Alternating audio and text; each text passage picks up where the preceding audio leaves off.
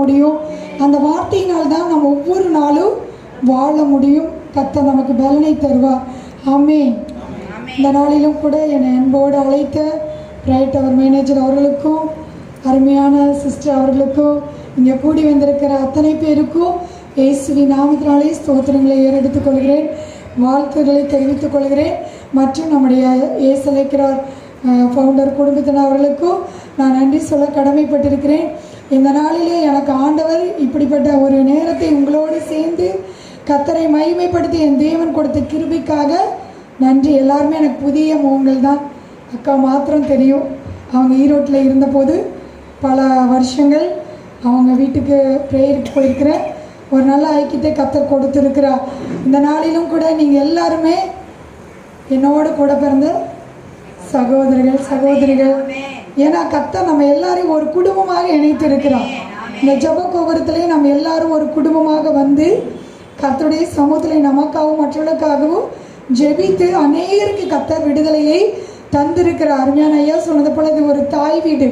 கர்த்தர் நமக்கு கொடுத்த ஒரு அடைக்கல, ஒரு பட்டணம், ஒரு அடைக்கல இல்லம். ஆகவே இங்கே வந்திருக்கிற ஒருவரும் கூட வெறுமையாக நீங்கள் திரும்பி போவதே இல்லை. அழகாக பாடுனீங்க, அழகாக ஜெபிச்சிங்க. கர்த்தர் நம்ம ஒவ்வொருவர் மேலும் அவர் கிருபை வைத்திருக்கிறார். நம்ம ஒவ்வொருவரையும் ஆண்டவர் உலக தோற்றத்துக்கு முன்னமே கிறிஸ்துவுக்குள்ள நம்மை தெரிந்து கொண்டிருக்கிறார். இங்கே வந்திருக்கிற ஒருவர் கூட சாதாரணமானவர்கள் அல்ல. நீங்கள் ஒருவேளை முழு நேர ஊழியம் செய்யலாம் அல்லது பகுதி நேர ஊழியம் செய்யலாம், ஜாப்பில் இருக்கலாம். ஆனால் எப்படிப்பட்ட சூழல் இருந்தாலும் கர்த்தர் உங்களை பார்க்கிற விதம் வித்தியாசமானது. கர்த்தர் உங்களை ஒவ்வொரு விசேஷங்களாய் பார்க்கிறார், விசேஷமானவர்களாய் கர்த்தர் பார்க்கிறார். ஆகவே இந்த இடத்துல நீங்கள் நேரத்தை செலவிடுவது ஒன்று வீணாக போவதில்லை.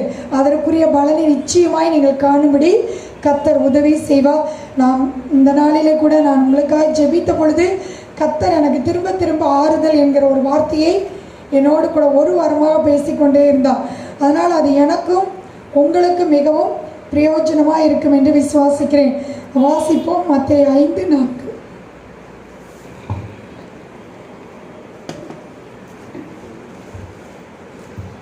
மத்தேயு 5:4 வாசிப்போம்.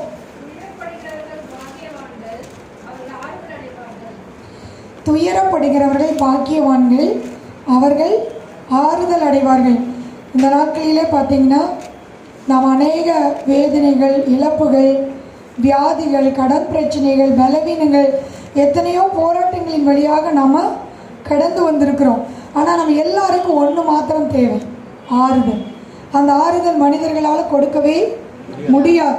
மனிதர்கள் கொடுக்கிற ஆறுதல் கொஞ்ச நேரம், கொஞ்ச நிமிஷம்தான் இருக்கும். ஆனால் நம்மை உண்டாக்கி நம்முடைய தேவன் அவர் சகல விதமான ஆறுதலின் தேவனாக இருக்கிறார். அவர் உங்களுக்கு கொடுக்கிற ஆறுதல் நம்முடைய மரண பரியந்தம், ஆண்டுடைய வருகை பரியந்தம் இருக்கும். உங்களுக்கு எத்தனையோ பாடுகள், எத்தனையோ போராட்டங்கள் வந்திருக்கலாம். ஆனால் அவைகளுக்கு மத்தியிலே நம்மை கர்த்தர் இம்மட்டுமாக அவருடைய ஆறுதலை கொடுத்து நம்மை வழிநடத்தி வந்திருக்கிறார். என்னுடைய வாழ்க்கையில் 8 வயதிலிருந்து நான் மிகவும் கண்ணீரின் பாதையில் தான் நான் கடந்து வந்தேன். என் தாய் தகப்பன் ரட்சிக்கப்பட்டவள் தான், கிறிஸ்தவ குடும்பத்தில் பிறந்த மகள் தான். ஆனாலும் கூட பார்த்திங்கன்னா சிறு வயதிலேருந்தே பார்த்திங்கன்னா என்னுடைய குடும்பத்தில் எனக்கு ஒரு தம்பி உண்டு. பிசாசின் போராட்டத்தினாலும் வியாதிகளினாலும் மரணத்துக்கு எதுவாய் நாங்கள் குடும்பமாய் கடந்து சென்றோம். ஆனால் கர்த்தர் மாத்திரம் எங்களை நினைத்திராவிட்டால் இன்றைக்கு ஜீவனோடு உங்கள் மத்தியிலே நிற்கவே முடியாது. இங்கே வந்திருக்கிறவங்க ஒவ்வொருவரையும் கர்த்தர் நினைத்திருக்கிறார். யார் நம்மை நினைத்தாலும் நினைக்காவிட்டாலும் ஆண்டவராய் இயேசு உங்களை நினைத்திருக்கிறார். நீங்கள் விசுவாசிக்கிறீங்களா? கர்த்தர் உங்கள் மேலே வைத்திருக்கிற நினைவுகள் அது நன்மைக்கு ஏதுவானவைகள், அது ஆசீர்வாதத்துக்குரியவைகள். வேதத்தில் நாம் பார்க்கும் பொழுது நம்முடைய தேவனுக்கு என்ன பேர் தெரியுங்களா? சகல விதமான ஆறுதலின் தேவன். நம்முடைய தேவன் சகல விதமான ஆறுதலின் தேவன். அப்படின்னா எப்படிப்பட்ட பிரச்சனைகள், எப்படிப்பட்ட போராட்டங்கள் வந்தாலும் நாம் அவனுடைய பாதத்துக்கு ஓடி வரும் பொழுது, அவருடைய சமூகத்துக்கு ஓடி வரும் பொழுது அவருடைய வார்த்தையின் மூலம் நம்மை தேற்றுகிறார். அவர் நமக்கு ஒரு தாயை போன்றவர், எல்ஷடாயாய் இருக்கிறார். அவர் நம்மை தேற்றவும் ஆற்றவும் இருக்கிறார். ஆகவே நாம் யாரும் நம்மை தேற்றவில்லை, யாரும் நமக்கு ஆறுதல் சொல்லவில்லை என்று சொல்லி கலங்க வேண்டிய அவசியமில்லை. சங்கீதத்தில் நாம் பார்க்கும்போது தேற்றுவாருக்காக நான் காத்திருந்தேன், ஒருவரையும் காணேன் என்று. உண்மையாகவே பார்த்தீங்கன்னா நம்ம நன்றாக இருக்கும் பொழுது எல்லாரும் நம்ம தேடி வருவாங்க, நம்ம மேலே அன்பு செலுத்துவாங்க, நம்ம கூடவே இருப்பாங்க. ஆனால் நம்ம உபத்திரத்தில் போகும்போது, சில கஷ்டத்தில் போகும் பொழுது நம்ம தனிமையாக இருப்போம். நமக்கு ஆறுதல் சொல்ல ஒருவருமே நம்ம பார்க்க முடியாது. ஆனால் அந்த நேரத்தில் நமக்கு சகல விதமான ஆறுதலின் தேவன் நம்மை ஆறுதல் படுத்துகிறவராக இருக்கிறார். அல்லேலூயா. ஏசாயா 61:2 வாசிக்கிறோம். துயரப்பட்ட அனைவருக்கும் ஆறுதல் செய்யவும் அவர் என்னை அனுப்பினார் என்று இயேசு கிறிஸ்து தன்னை குறித்து சொல்லுகிறதை பார்க்கிறோம். இயேசு எதற்காக இந்த உலகத்துக்கு வந்தார் தெரியுங்களா?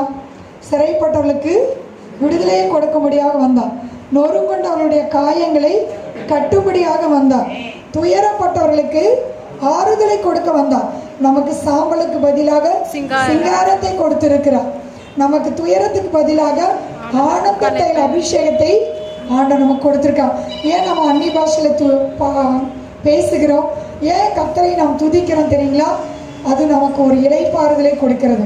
ஆண்டவர் நம்மோடு எப்படி பேசுகிறாரோ, பரியாச உதடுகளின் மூலமாக, அந்நிய பாஷையின் மூலமாக இந்த ஜனத்தோடே பேசுவேன் என்று வேதத்தில் நாம் வாசிக்கிறோம்.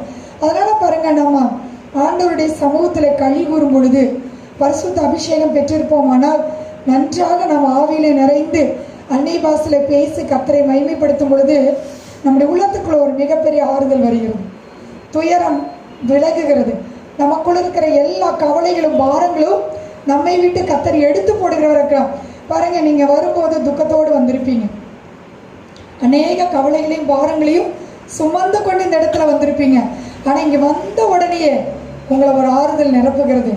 கர்த்தர் இந்த இடத்துல இருக்கிறார். இயேசு கிறிஸ்து இந்த இடத்துல இருக்கிறார். அவர் நம்மோடு கூட இருக்கிறார். அந்த ஆறுதலின் தேவன் உங்களோடு கூட இருக்கிறார். அவர் உங்களை விட்டு விலகவே இல்லை, உங்களை கைவிடவே இல்லை. உங்கள் கரத்தை அவர் பிடித்திருக்கிறார். மரண பரியந்தம் கர்த்தர் உங்களை நடத்துகிறவராக இருக்கிறார். அருமையாய் பாடுகிறார் தினகரை அவர்கள். எத்துன்ப நேரத்திலும் ஆறுதல் உனக்களிப்பார். ஆண்டவர் நமக்கு எந்த துன்பத்திலும், எப்படிப்பட்ட பாடுகளிலும் அவரே நமக்கு ஆறுதலை கொடுக்கிறவராக இருக்கிறார். இந்த பாடலை உணர்ந்து பாடுவோமா?